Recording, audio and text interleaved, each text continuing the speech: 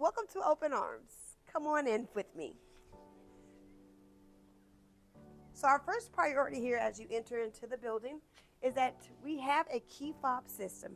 Each family will be given 2 key fobs to enter not only this door, but the second door as well. And now we can start our tour. So my name is Miss Keisha. I am the director here at Open Arms. I've been here for 20 plus years, not only as the director, but a Georgia pre-K teacher, as well as in other classrooms. So we're going to begin our tour here. As you first walk in, you will see this open area here, which is called our Grace Place. Grace Place is where we do our chapel 2 times a week for the infant hallway as well as the preschool hallway.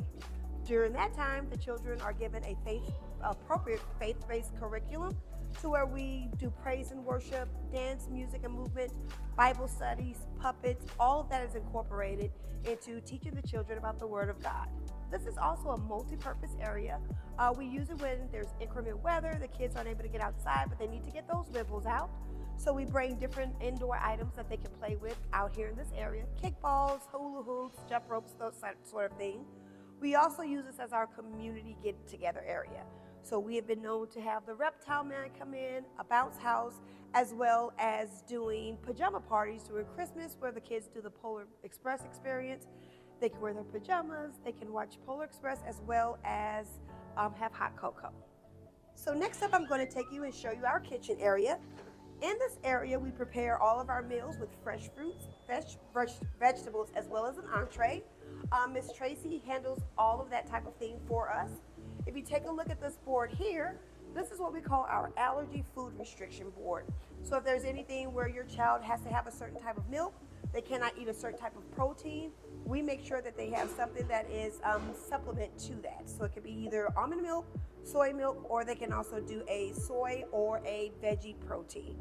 Included with your tuition fees, we also offer a breakfast program, early morning snack, lunch, and a PM snack, depending on what time your child gets here, as well as what time your child is picked up. That is all included in the tuition and provided by us. So now we'll get started on our infant hallway tour. This hallway you can start as early as 8 weeks old, and it goes up to the age of 2. This particular classroom, which is our infant 2 classroom, is currently on a buggy tour because, again, kids need that outside time as well. The difference between our infant 1 and infant 2 class is that babies have mastered crawling, sitting, scooting, and pulling themselves up in infant 2, whereas they're learning their head, neck, and strengthening skills in infant 1. Each classroom will offer you a monthly curriculum to include activities such as grasping and how to use age-appropriate toys. So our current ratio for our infant 1 classroom is going to be 1 teacher to 4 babies, which is well underneath the state ratio. In our infant 2 classroom, you're going to have 1 teacher to 5 babies. Again, we're well beneath the state ratio for that. If it happens that that teacher does need assistance, there's always another staff member willing to step in and help. One thing you will also notice in this classroom are their personal areas. So you bring in your diapers, your wipes, and each area is labeled with that child's personal items, which is only used on that child. We also offer food plates for each individual child, which are color coordinated. So we want to make sure that these are only being used by that particular child. You are more than welcome to bring in the breast milk as long as it is in a sippy cup, because in the infant 2 room, that is one of the things that we want them to get used to and try to wean them off of the bottle. In this classroom, which is infant 2, the kids typically go down around 12 p.m. Some way, somehow, they all eventually get on the same schedule, but there will be a transitioning point until they get to that point. So let's just say your kid is coming from infant 1 into infant 2, and they're used to 2 or 3 naps a day. We wean them off those naps by giving them certain activities to do. So it could be buggy rides, it could be playing with the toys over in this area, painting. We keep them busy throughout the day to where their naps start to align with those kids that are doing the 1 nap in here current. They don't want a nap at that time, that is not a problem. Miss Shani, who is our infant 2 teacher, she then has a quiet activity that she does with them within the classroom. Eventually, if they do, start kind of calming down and she can tell that they need to take a nap, that's when she places them in the crib, but it's not mandatory. We don't force the kids to take a nap while they're in the classroom. So this is our toddler playground. This is where the kids will transition once they leave our infant to classroom. Typically the kids now, they're developing those gross motor skills or either mastering them, and that's when they make it to the toddler room. They've already transitioned from baby food, now they're eating solid foods. They're now starting to drink out of cups. They're learning independence. This is also a classroom where you will get a weekly lesson plan that will incorporate things such as playtime and social emotional development. So they're basically learning through play. The teachers are going to model exactly how to share, how to regulate their emotions a little bit better. Some of the activities that they will do while they're in the toddler classroom is they are big on splash day. You'll receive a note, your kiddo comes in their water clothes. They do splash day, water play. They have sensory play outside where we have sand tables that are brought out, or what we call clean mud, which is basically Dawn with toilet paper. They also do bubble dancing, which is a great way to get those gross and motor skills developed and strengthened. Hello, good morning. So these are our terrific twos. This is where the potty training, social emotional, and fine motor skills, all of this is where it all comes together from that 8 weeks to this 2-year-old age group. These kids are using over 100 words to express themselves, to talk to each other, to socialize. They're starting to work on those fine motor skills where they're coloring. They're going from the closed fist to the tripod grasp.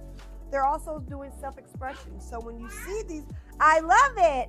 When you see these pictures that they're drawing, now those language skills are being used and they're able to tell you what it is that they're actually drawing, which is a big part for the next group that they get into. And we hit the potty training button.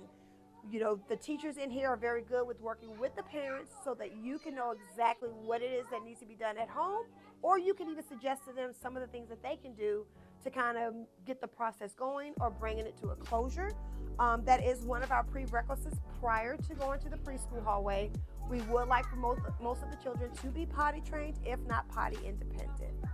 So, of course, everyone refers to this as the terrible twos. I like to say they are the terrific twos. They are still going to be emotional. They're still going to have meltdowns. They still don't want to be here every morning. So one of the things that we don't encourage is timeout. That is not just a method that we use here at Open Arms, but what we do is redirection. So if you have a child that is in the middle of a temper tantrum, one of the things you want to do is direct them to an area that they enjoy. So if your kiddo loves playing in the library and just laying down and having a book read to them, that is one of the ways that we help them self-soothe by encouraging some downtime. The teacher may go over and sit with them and read a book with them, but mainly we use redirection. And then once they're redirected and they're calm, then that's when we begin to explain to them that they had other options that they could have used. So if you take a toy away from somebody, that's when we say it's better for you to share so that friend won't be sad. So now you're recognizing both of the emotions that both children are going through.